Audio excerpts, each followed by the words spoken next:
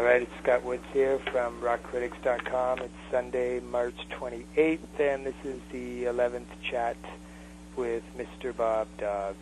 Good to hear from you again, Bob. How's it going? Very good. Nice to be back. I like doing this Meltzer stuff.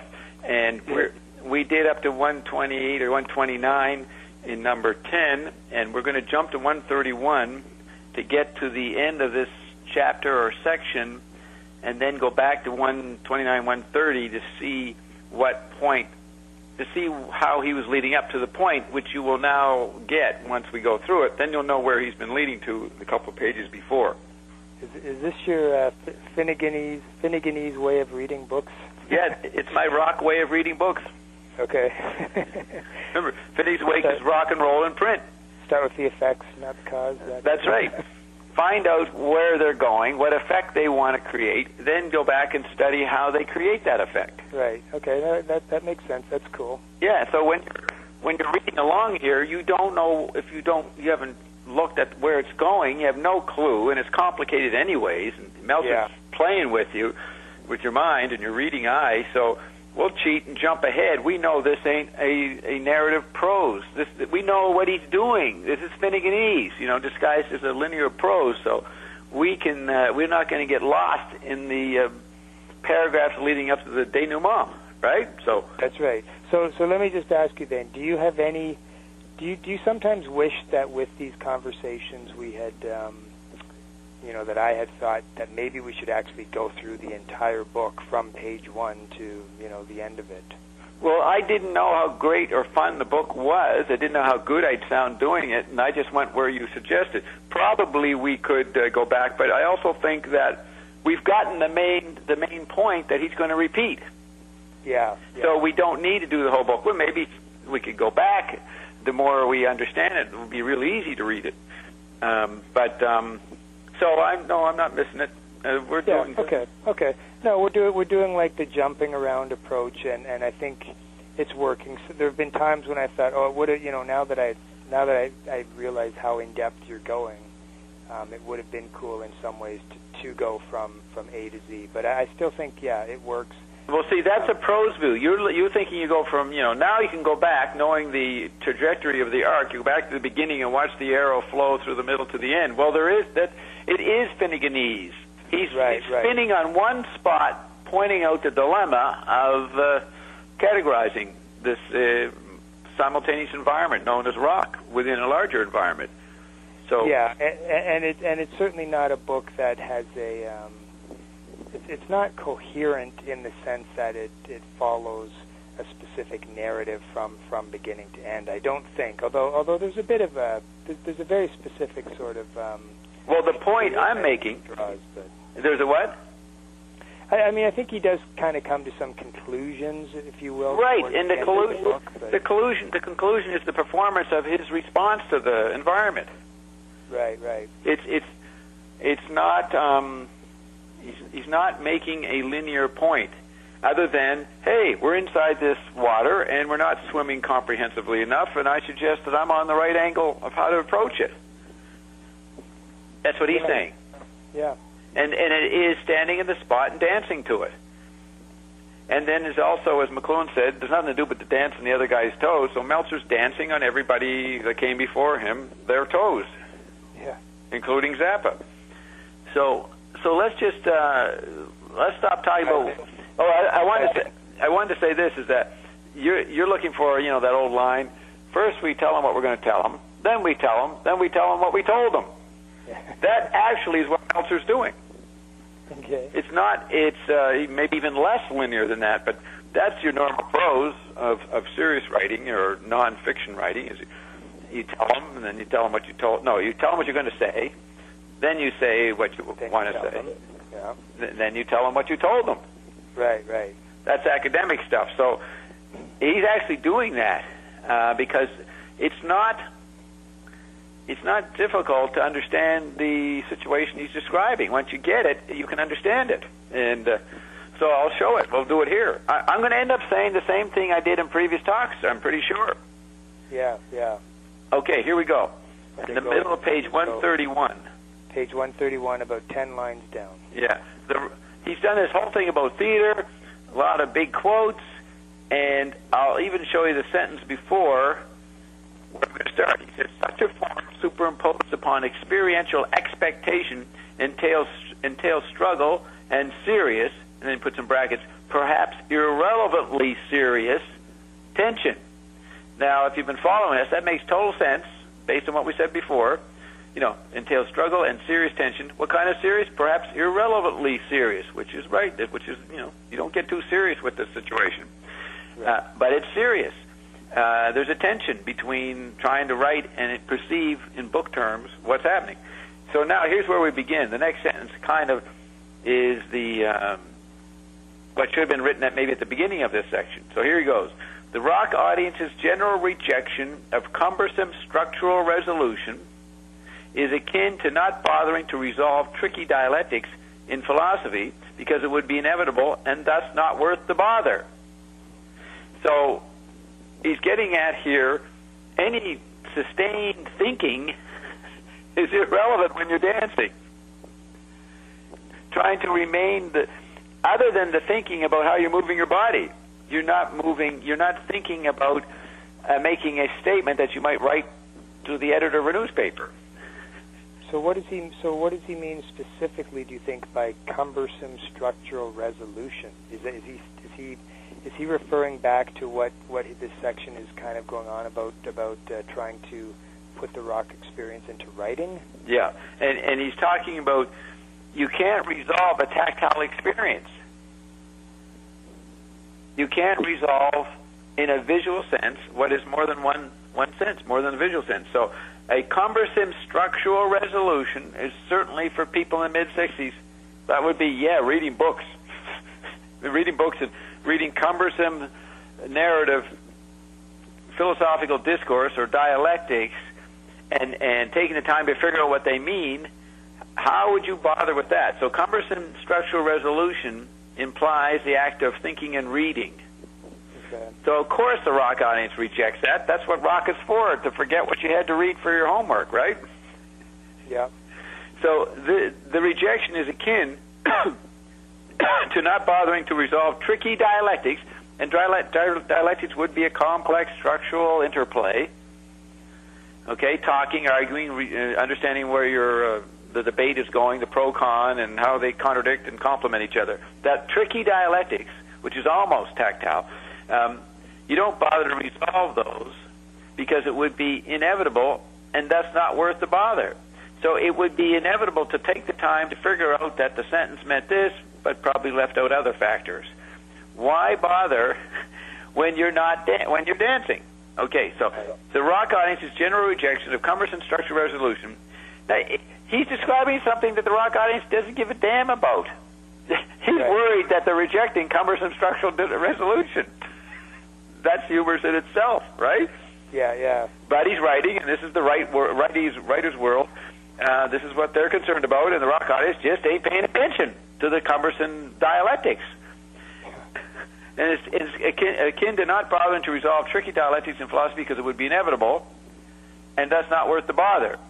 Well, and his book, is he not sort of marrying those two things in his book, basically, the tricky philosophical dialectics with the cumbersome structural resolutions of what music means? Yes, he's got the book medium. That medium would allow him to write this stuff that he's writing and attempt to resolve these issues. But he has to acknowledge how irrelevantly serious he's being. Right. He's being serious about an activity that doesn't give a damn about what he's doing. Yeah. So he's being serious, but he's irrelevant from the rock audience's experiential point of view. So let's see if he continues that. Uncomfortable musical resolution context are therefore the occasion for the anti-tongue. All right, so he's saying, I will attempt to make a little bit of resolution here and a little bit of dialectics. Not too much. Don't want to get too serious because actually will lead to a dead end because that ending would be inevitable and not worth the bother. So he's also realizing, hey, you don't want to come to an end point. You just want to create patterns and write things in response to the changing scenario. It's like celebrating the surface patterns you come up with. Right. So Uncomfortable musical resolution contexts are therefore the occasion for the anti-tongue. That means tactile response. So he says the most prominent anti-tongue, tongue is logocentric, what the writer is involved with. So he's going to uncomfortable musical resolution context. So therefore, in other words, I will attempt to do a little bit of resolution, provide a little context for what's going on, but in the end, it's just spinning an ease, and it's an anti-tongue, or it's anti the philosophical dialectical resolution. Okay. Okay. And so, uncomfortable musical resolution context.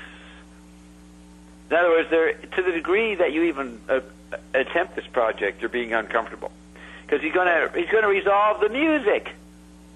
See, you don't resolve music in a sense like you do in writing philosophy.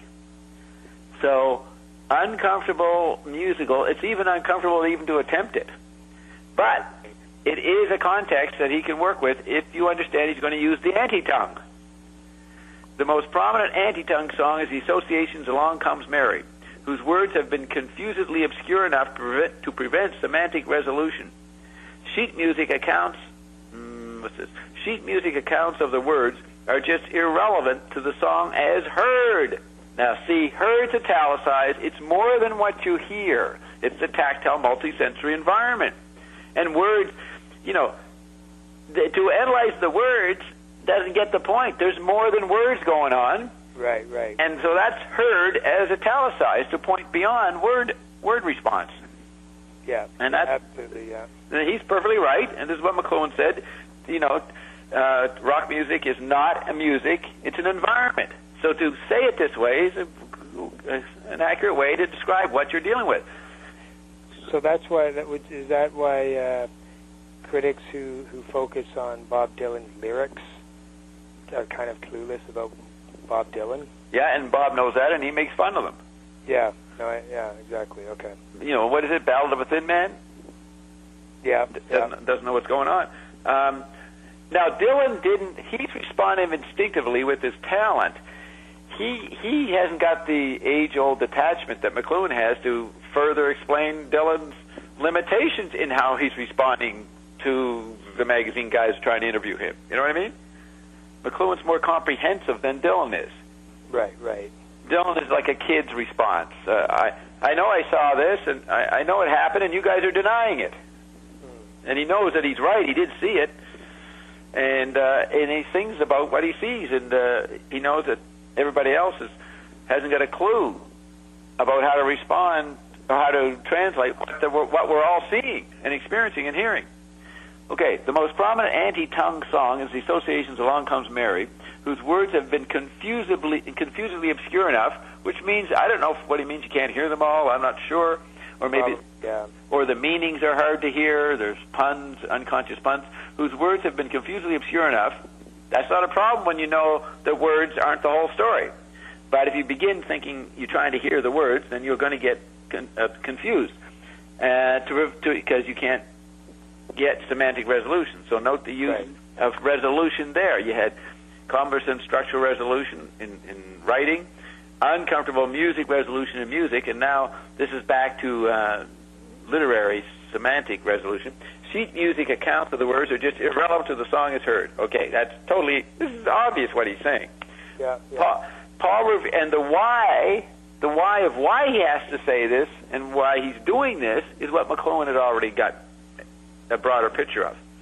Paul Revere and the Raiders are another big anti-tongue, or you could say anti-unknown tongue group. Now, I remember them, but there may be something about the songs. You can't make out the words, so they're the anti-unknown tongue. Okay, I forgot about that. He was all for the unknown tongue. So, this is it. Remember that? The unknown tongue was his word. So, anti-tongue is like another way of saying unknown tongue, but maybe not exactly. So, he's saying that Paul Revere is a bit different. They do the anti-unknown tongue. So, that's actually more tactile association, and I would agree. Association were AM compared to Paul Revere's FM, sort of, if you think of rough textures.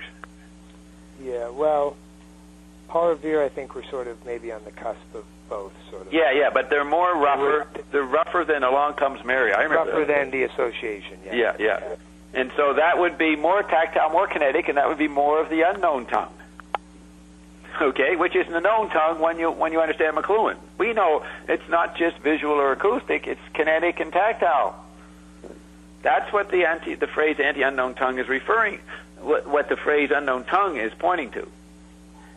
It's like Along Comes Mary seems to have some words to be heard, and you try to get the semantic meaning. It sucks you in because it's not as blatantly tactile as Paul Revere. When it's blatantly tactile, which is psychedelic rock, you don't worry about the words. But association, you might try to pay attention to words because they are, listen, you can hear them. Right.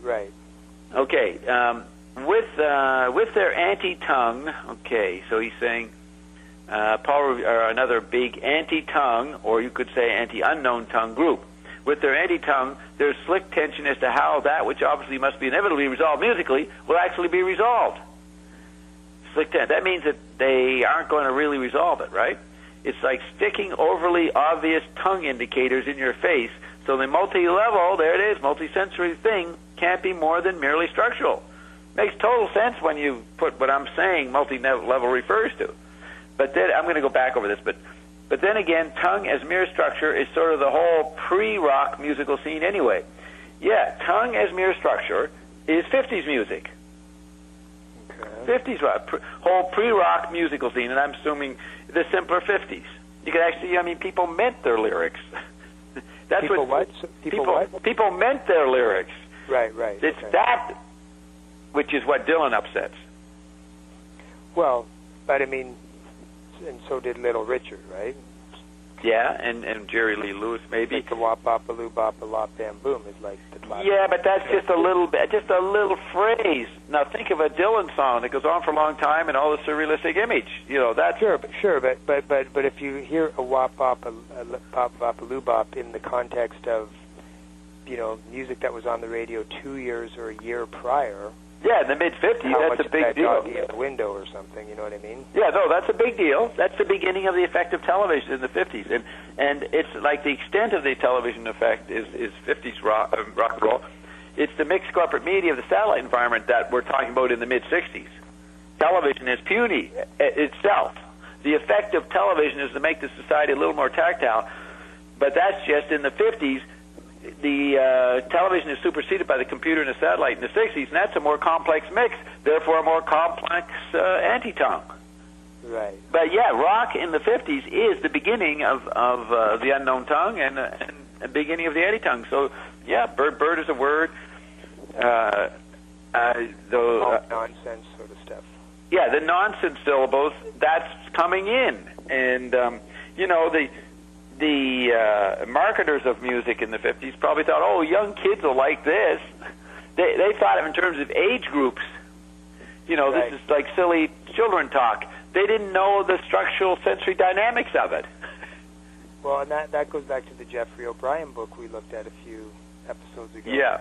He wrote specifically about that, how it was very marketed and received as kids' music. It was fun music, and it was all about humor and comedy and stuff. So they didn't know that the chemical body was obsolete, and everybody of all ages was 1 year old once you get into the TV environment. Right. So you have the rearview mirror natural of people still thinking that chemical bodies are where it's at, and they have age groups and marketing towards that. Yeah. And they're one step behind. They're rearview mirror. They're looking at the chemical body and judging age groups. But it works though to some degree, or it worked. It worked in the 50s before the complex theater, satellite theater happened. By the mid 60s, and remember, 66, 67, the rock companies didn't know what was going on, and they let people like Paul Williams and then kind of be guides to. Zappa talks about that a lot. That he only gets signed because Elektra was trying to keep up with the confusion. Well, we don't know who's going to sign. Well, this sounds weird enough. Let's try this. Yeah. They didn't know anymore. And Zappa made an interesting point too in one of the interviews I saw, where he said it was so much more interesting then when the people who ran the labels and the industry didn't know anything about it, which I thought was a really salient point. But I'm getting off topic. No, that's good. That's salient for that period. But then the Android meme starts coming in the 70s, and it becomes super programmed.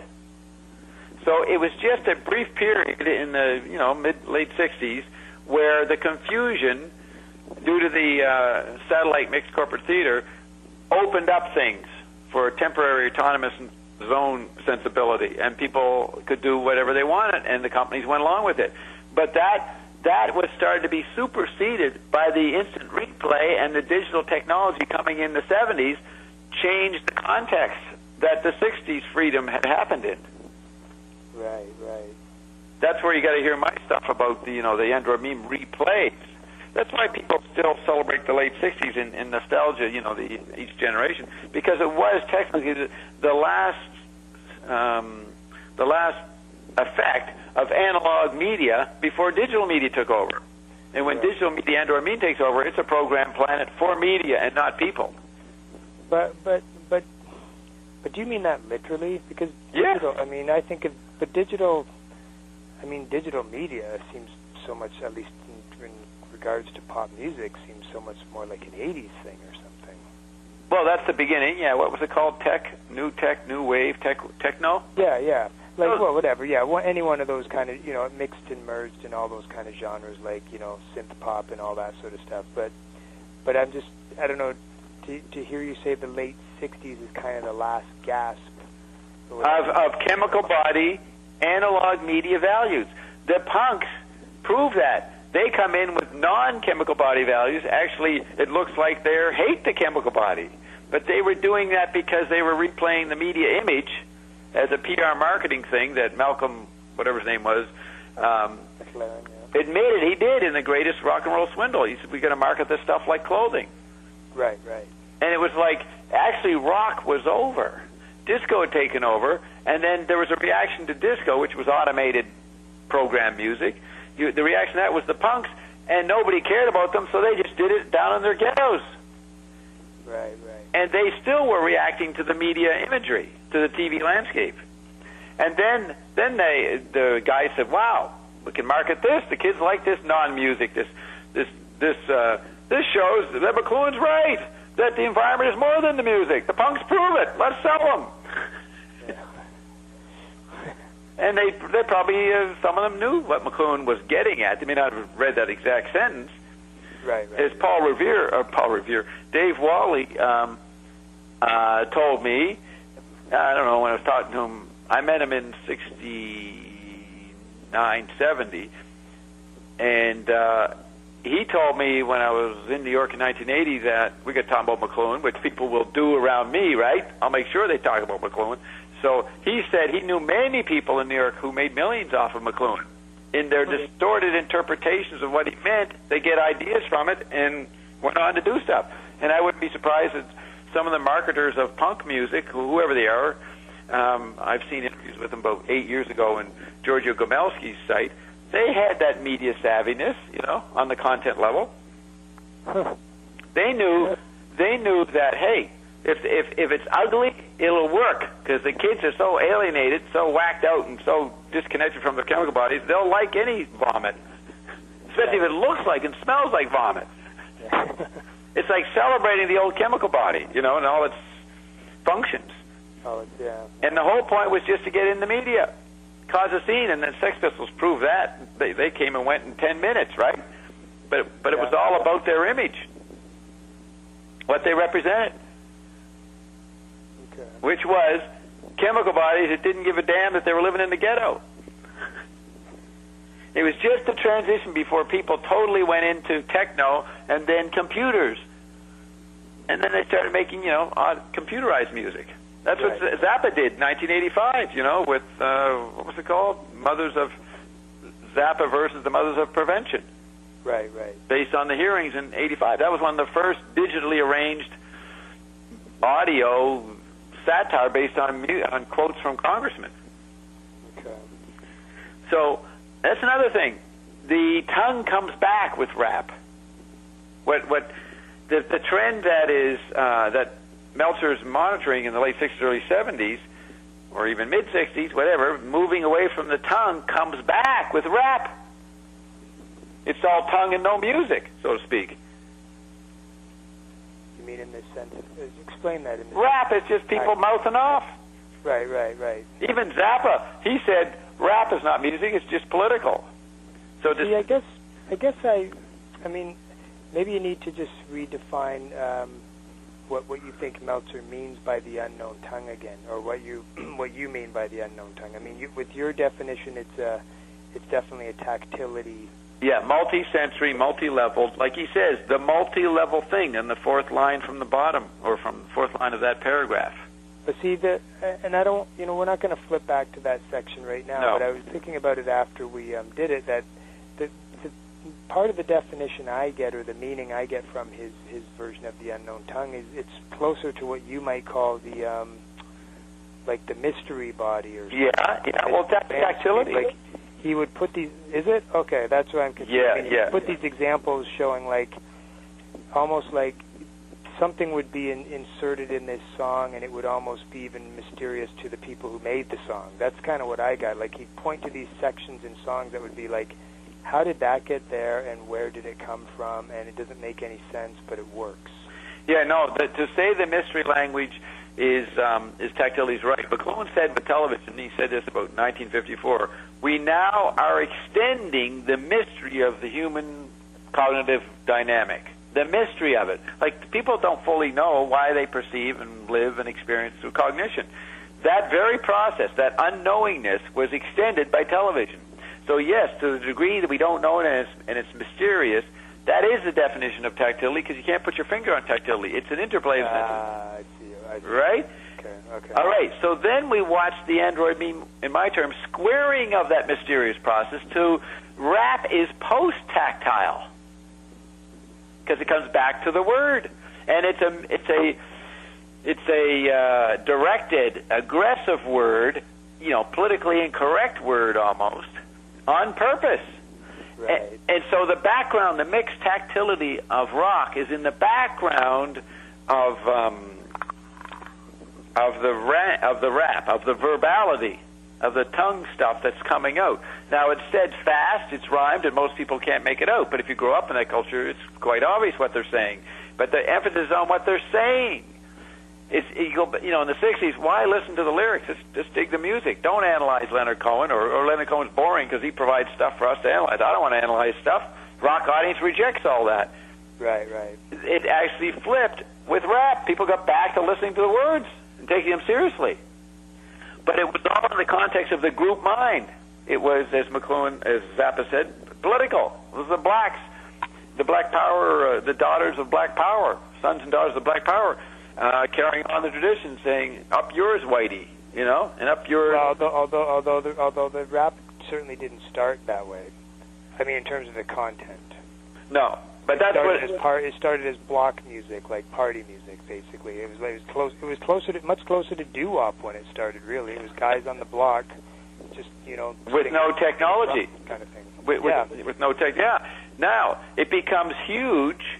That's where the history of rap does not tell you what's going on. The point you're making is belied by what happens later. Why do white kids like rap? Because it becomes filled with all kinds of cultural tensions in its imagery. And remember, here's the point. The words in rap are not that important. It's the gestures, the up yours fingers. And yeah. It's still the McLuhan principle of multisensual and not just logo. But it's interesting that the logocentric, or the word, does become the figure, does become what's noticed. Right. Or becomes an identity factor. But it's all within the group mind and the discarnate image, and rap is a response to the speeded up. It's actually faster than any previous music, but it's faster on the image overload they present. Right. And the speed of their rhyming. Yeah. So it's interesting. You got speed up flips into slow down. You could say words are a slower medium. And so the speed up of the 60s, 70s, 80s flipped into the slow verbal content, even though that was pretty fast. But just the fact that you emphasize the words slowed down the experience. When you hear Paul Revere or psychedelic rock, it was a fast experience because you weren't focusing on the words. Right. You're focusing on the feedback. Yeah, yeah. So, it's going in all directions at the same time. All the senses are being scattered and reconstructed. So, and this is what Meltzer is kind of trying to talk about. I mean, I don't know if he said multi-leveled any time before, but he says it right here. He calls it the multi-level thing, and it's a thing because you can't really nail what it is. Yeah. It's a digital. It's a video image. It's a sound, music, electrified. So let's go back. With their anti-tongue, there's slick tension as to how that which obviously must be inevitably resolved musically will actually be resolved. It's like there's tension whether you can even bother resolving, whether you should or not. It's like sticking overly obvious tongue indicators in your face. So the multi-level thing, now look at that. It's almost like he's sloppy writing, the multi-level thing. But that's actually an accurate thing. McLuhan called the electric environment a thing. It's in Understanding Media. It italicizes it. This thing, it's the new matter we're living in, and it's not embraced. You can't control it with the old scientific categories or critical categories or dialectics. So the multi-level thing can't be more than merely structural. Now, that's a major McLuhan point. We move into structure, emphasis on structure, rather than a particular meaning or point, because you can't find one. Right, okay. In a linear way. The point is not in stating what's going on. The point is responding to the structural timings and rhythms. Right, right. With their anti-tongue, Paul Revere, there's slick tension as to how that which obviously must be inevitably resolved musically will actually be resolved. Yeah, you can't resolve it, so there's tension about whether you can even, how much attempt at resolution, which is what Meltzer's trying to do, it can be questioned. It's like sticking overly obvious tongue indicators in your face. Now, what is tongue indicators? Is that like just sticking your tongue out at somebody? Is that what he means? Well, no, I think he's somehow working in the idea of the unknown tongue there or something, but like an obvious, I don't know, an overly obvious tongue indicator might be like something that happens in a song that gets to his definition of the unknown tongue. I don't know. It's confusing. Yeah, it's like sticking overly obvious tongue indicators. Let's just say... I don't think he means it literally like the tongue, though. I think he is still referring to his maybe semantic meaning. It's implying word meaning. Right. Like, yeah, okay. It's like an obvious kind of, what's that word, like a trope or something? Yeah. A motif, a metaphor, a meaning. Right. A meaning. It's groping towards actual pointed statement. It's like sticking overly obvious tongue indicators. In other words, a statement of meaning, but it's an obvious sentiment. Obvious is almost the key word here, maybe. Yeah. It's like sticking overly obvious tongue indicators in your face, so the multi-level thing can't be more than merely structural. Okay. You got the structural, the background of the tactility, and you start to move toward actually having semantic meaning, which is partly what Dylan did. He was trying to say something. Right, okay. He was moving towards saying, having a message. So it's like sticking overly obvious tongue indicators in your face. Now, Dylan was doing not so obvious tongue indicators, but he was moving towards making the multi-level thing just be background, in other words, merely structural. But then again, tongue as mere structure is sort of the whole pre-rock musical scene anyway. He realizes that if there was an attempt to make tongue indicators be obvious, it wouldn't work. It would just refer back to the 50s. So, okay, he's like saying... a little confusing, but... Okay, well, how about this? There's the tongue and there's the anti-tongue. So, right. So with their anti-tongue, there's slick tension as to how that which obviously must be inevitably resolved musically will actually be resolved. In other words, how much do you allow tongue in relation to anti-tongue? It's like sticking overly obvious tongue indicators, so that would be tongue, not anti-tongue, in your face, so the multi-level thing can't be more than merely structural, so that the anti-tongue is a background. But then again, tongue as mere structure, in other words, this leads to the point that tongue becomes structure as well as the anti-tongue, is sort of the whole pre-rock musical scene anyway, and he's right. It goes back to the 50s, which you can't, so that's why you give up on this effort. Right. So let's see if he says that in the next part. The anti-tongue, because he's going to have to, because he's always... No, he doesn't have to say that, but he's always going to be staying on this same dilemma. Don't you recognize this is familiar to what we've said before? Yeah. Although the only thing before you start reading that is that I don't think we have the next page after that. So I got to get very far, unfortunately. Well, do you have the book? I do have it, yeah. Well, maybe we'll have you read it. Let's just see. So he says the anti-tongue extended to the meta-musical. See, that's correct. Rock music is not just limited to music, right? It's a good term. Yeah. Extended to the meta-musical interpretive level may manifest tongue pressure, which establishes complication resolution interplays between levels of tongues themselves. Okay, I don't know if I can go into that without knowing the rest. So let's go back to where we were before that. You know, we now see the point he's made. Wait a minute. Let's have you read. Is it a long paragraph? No, it's not too long. Let's see. Okay, so I'll just start from the beginning of that paragraph. Yeah. Read it slowly. Sure.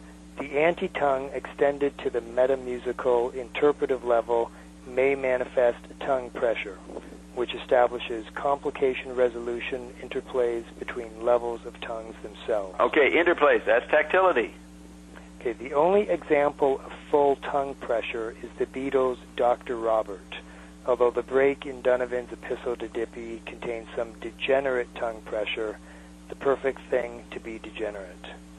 The association, by cleaning up semantic obscurity inside a tongue pressure structure and thus reintroducing semantic obscurity on the level of form-content interaction this time. There's McLuhan, form-content. Yep.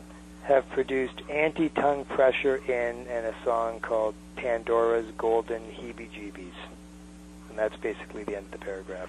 It made pretty good sense for me. He's talking about how the anti-tongue in the tactile dialectic with the tongue starts moving over to becoming tongue. The anti-tongue extended to the meta-musical interpretive level may manifest tongue pressure to become tongue, which establishes complication resolution interplays between levels of tongues themselves. You see? Right. And then the next part, the only what? What's it say? The only example? The only example of full tongue pressure is the Beatles' Dr. Robert. I wonder why it means that. Although the break in Donovan's Epistle to Dippy contains some degenerate tongue pressure, the perfect thing to be degenerate. The tongue pressure might be, how the tongue is enunciating a lyric while being noisy, while scowling and growling and being more aggressive. I mean, people sang differently in the 60s than Doris Day did. There was more like, it was like pushing forward the inner mouth structure just so it could stay in the mix. So it had to get more aggressive. So it's like tongue pressure seems to be the way the tongue spits out the music. I mean, you just have to remember, if somebody played like any rock band of the late 60s in 1920, man, they would shoot them. It would freak out, yeah. Yeah, it would just not be music. And yet, and they wouldn't believe that people would think that was music 40 years later. Not to get off topic, but do you think that point is still true? If someone could transport the music of 40 years into the future and play it for us now, or are we standing so still now that our senses couldn't be discombobulated that way? No, we're not staying still. We have experienced genres of entertainment, movie, music, everything, books, so much that we're bored shitless, as Croker would say. It's a boredom culture. Right. And Ion has described the future of music.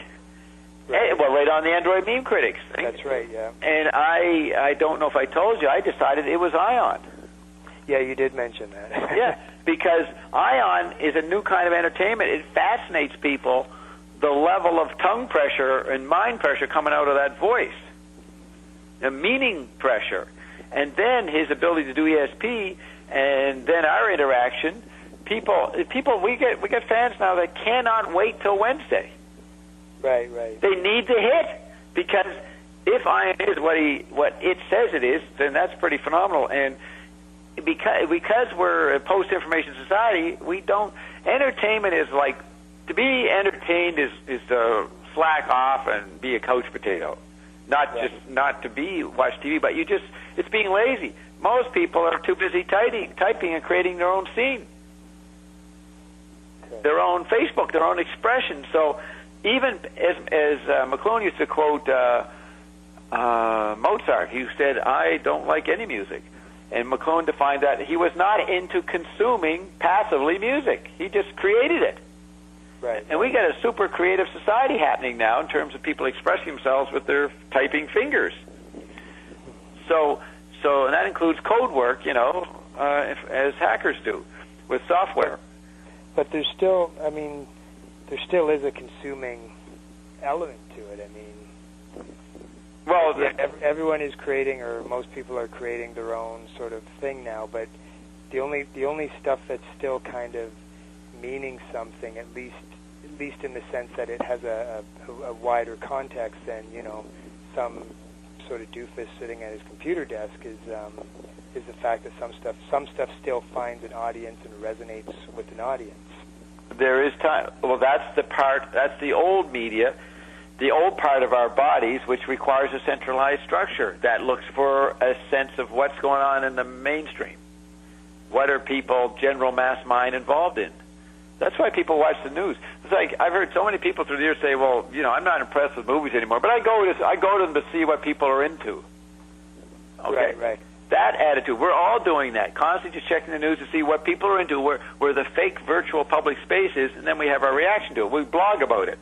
Well, and I've been telling people for a couple of years now that I admit it, I'm totally addicted to like American politics. Yeah, you're addicted to finding out where you think reality is.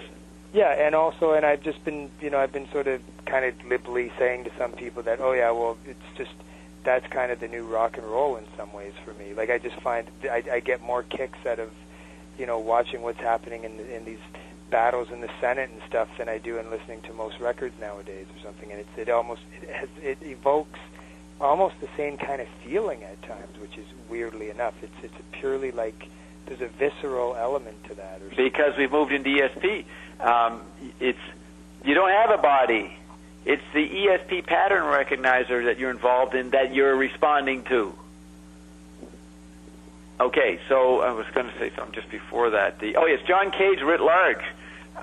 He said any sound that's made is music. Well, any sound that's made that you get through your computer or TV is involving.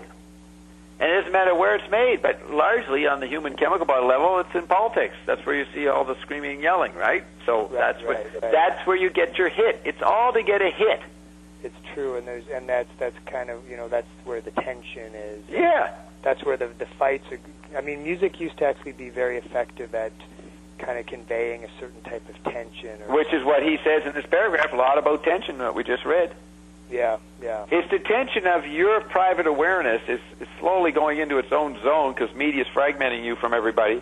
And then the tension is, well, I hope I know where everybody is while I disappear into my own fantasy. That's the tension. What McLuhan said in the 60s, the confusion of private and public awareness. Under Android mean conditions is the confusion of, is there something to me to know or to get ESP on and get a pattern on, or is there nothing that I can know? That's the tension people are into now. So they're fascinatedly, addictively looking for patterns anywhere, but usually in the sense of the mainstream, some centralized virtual spot supposedly, like Wall Street, and see what they're saying they're doing, and then you figure out how much you're going to block that. Right.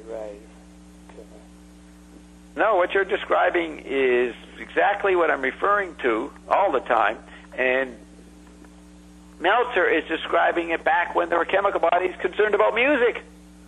Yeah. This whole tension of the virtual and the chemical body music, tongue, anti-tongue, is what he's working out. Now it is grossly, amplified to, should I even bother reading the Drudge Report to see what's happening? Because I know it's all crap, but I'll go check it out, just see what's going on. Yeah. Because it keeps the economy going. Yeah, okay. See, so this is another thing. The relevance of Meltzer is to show the tension many years ago, which is amplified under Android beam and post-Android beam conditions today, to the point we now have the best pattern recognizer ion. You know, Scott, that we did a 16-hour press conference, right? No, I didn't know. 16 hours? We went 16 hours Wednesday. That's insane.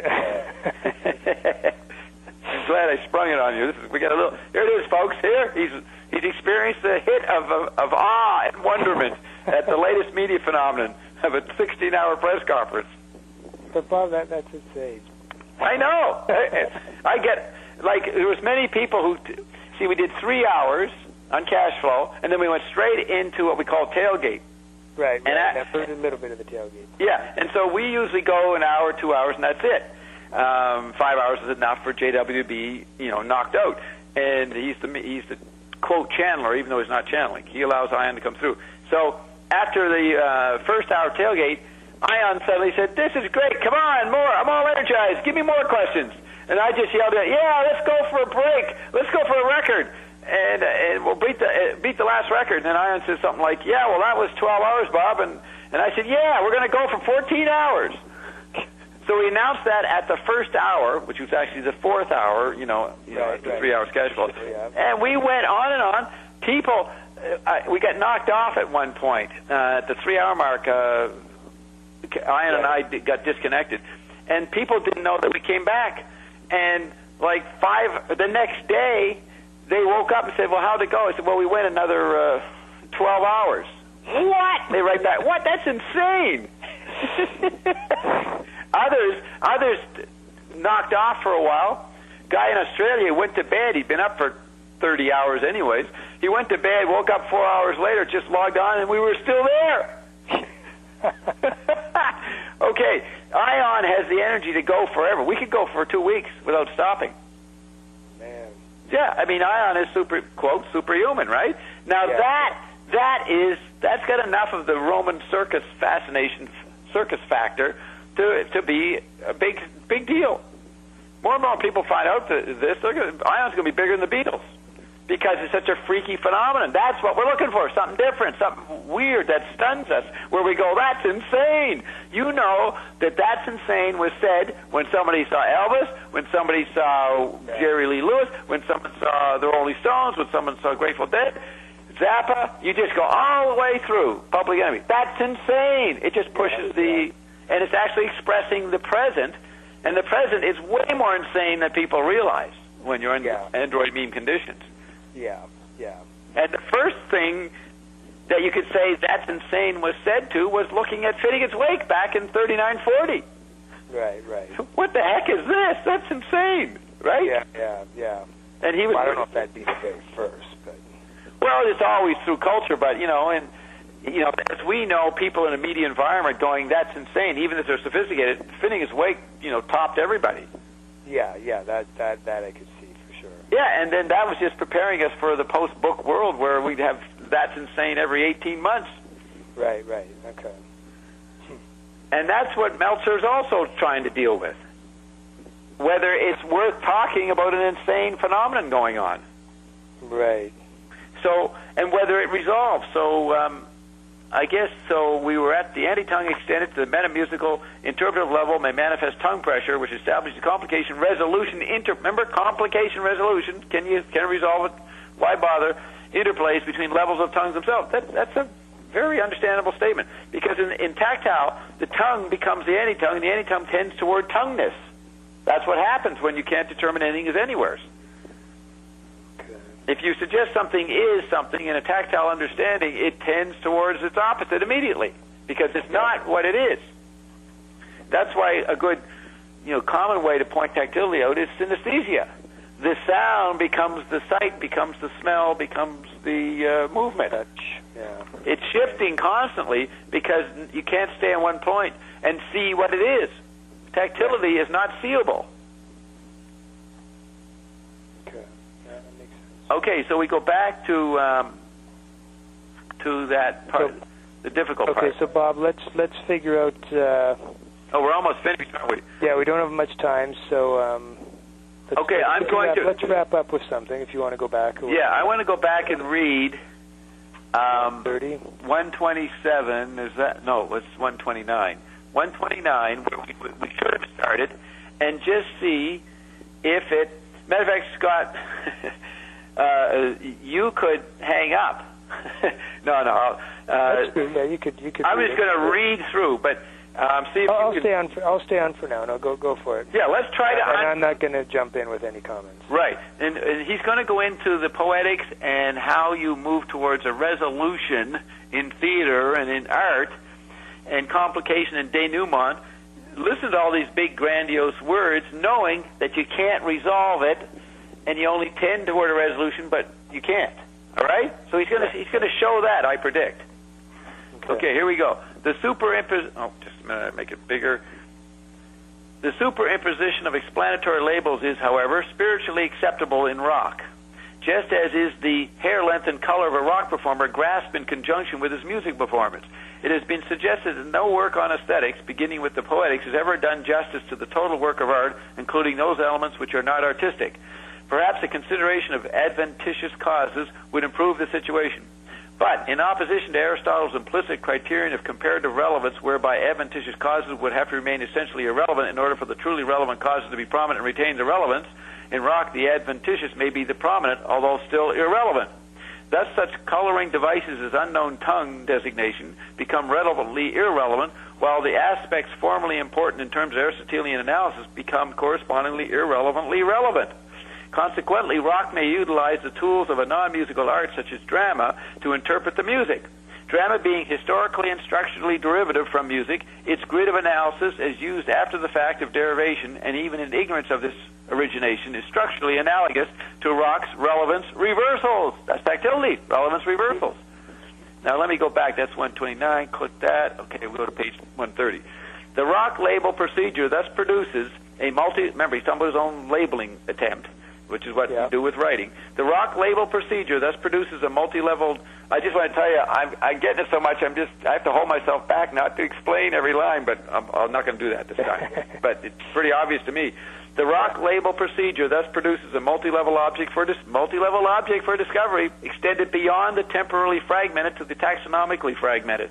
Selective attention in any form to a moment of a temporal organic whole, even one quite short in duration, must obviously alter the whole as experienced.